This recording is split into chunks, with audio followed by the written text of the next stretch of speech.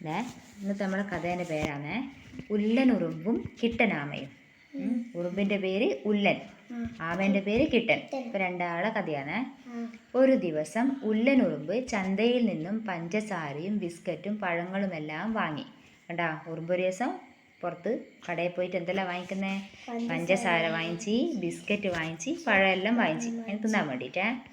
എന്നിട്ടത് ഉറുമ്പിന് തിന്നാൻ വേണ്ടിയിട്ട്. എന്നിട്ടത് 4 ചാക്കിലാക്കി തോണിയിൽ വീട്ടിലേക്ക് മടങ്ങുകയായിരുന്നു. കണ്ടാ, തോണി വലിയ പുഴയുണ്ട്, പുഴേൻ്റെ അപ്പുറത്താണ് പോയത് സാധനം വാങ്ങിക്കാൻ വേണ്ടിയിട്ട്. എന്നിട്ട് ഇതെല്ലാ സാധനങ്ങളും 4 ചാക്കിലാക്കിയിട്ട് വീട്ടിലേക്ക് പോവാണ്. തോണിയിലാണ് പോകുന്നതേ.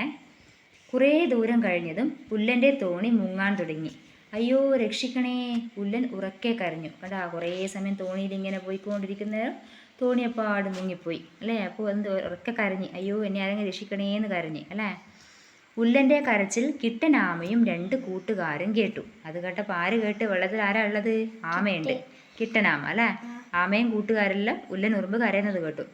അവർ വേഗം നീന്തി അവിടെ എത്തി. ആമ എന്ത് ചെയ്ത്? വെള്ളത്തിൽ ഇങ്ങനെ നീന്താൻ പറ്റുമല്ലോ വേഗം. ഈ ചിത്രത്തിൽ ഒരു ആമേനെ കാണാനുള്ളൂ, അല്ലാണ്ട് കുറേ ആമയും കൂട്ടുകാരെന്ന് പറയുന്നില്ലേ. അപ്പം ആമേൻ്റെ കൂട്ടുകാരുണ്ട്. അവർ വേഗം നീന്തിയിട്ട് ഉറുമ്പിൻ്റെ അടുത്തെത്തി. ചാക്കുകളുടെ ഭാരം കാരണമാണ് തോണി മുങ്ങുന്നത്, കിട്ടൻ പറഞ്ഞു. എടാ, തോണിയിൽ വലിയ ചാക്ക് വെച്ചോണ്ട് എന്തെല്ലാം ഉണ്ട്? പഞ്ചസാരൻ്റെ ചാക്കുണ്ട്, ബിസ്ക്കറ്റിൻ്റെ ചാക്കുണ്ട്, പഴമുണ്ട് അല്ലേ, എല്ലാം ഉള്ളതുകൊണ്ട് വലിയ വെയിറ്റ് ആയിപ്പോയി. അതുകൊണ്ട് തോനെ വെയിറ്റ് ആയിപ്പോയി. കുറേ വെയിറ്റ് ആയപ്പോൾ എന്ത് ചെയ്ത്? തോണി മുങ്ങിപ്പോയി എന്ന് പറഞ്ഞ്. അവർ ഓരോ ചാക്കുകൾ പുറത്ത് കയറ്റി. അതോടെ തോണി നേരെയായി. അപ്പോൾ എന്ത് ചെയ്തു? ആമ എന്ത് ചെയ്ത്? കണ്ടാ, ആമ ഒരു ചാക്കെടുത്തിട്ട് ആമേനെ പുറത്ത് വെച്ച്. അപ്പോൾ തോണിയിലുള്ള വെയിറ്റ് കുറഞ്ഞില്ലേ. അപ്പോൾ തോണി എന്ത് ചെയ്ത്? നേരെ നിൽക്കാൻ തുടങ്ങി. ഉല്ലൻ തോണി തുഴഞ്ഞ് വീട്ടിലെത്തി. അങ്ങനെ എന്ത് ചെയ്ത്? ഈ ഉള്ള സാധനം കൊണ്ട് ഉല്ലൻ ഉറുമ്പ് എന്ത് ചെയ്ത്? മെല്ലെ വീട്ടിലെത്തി.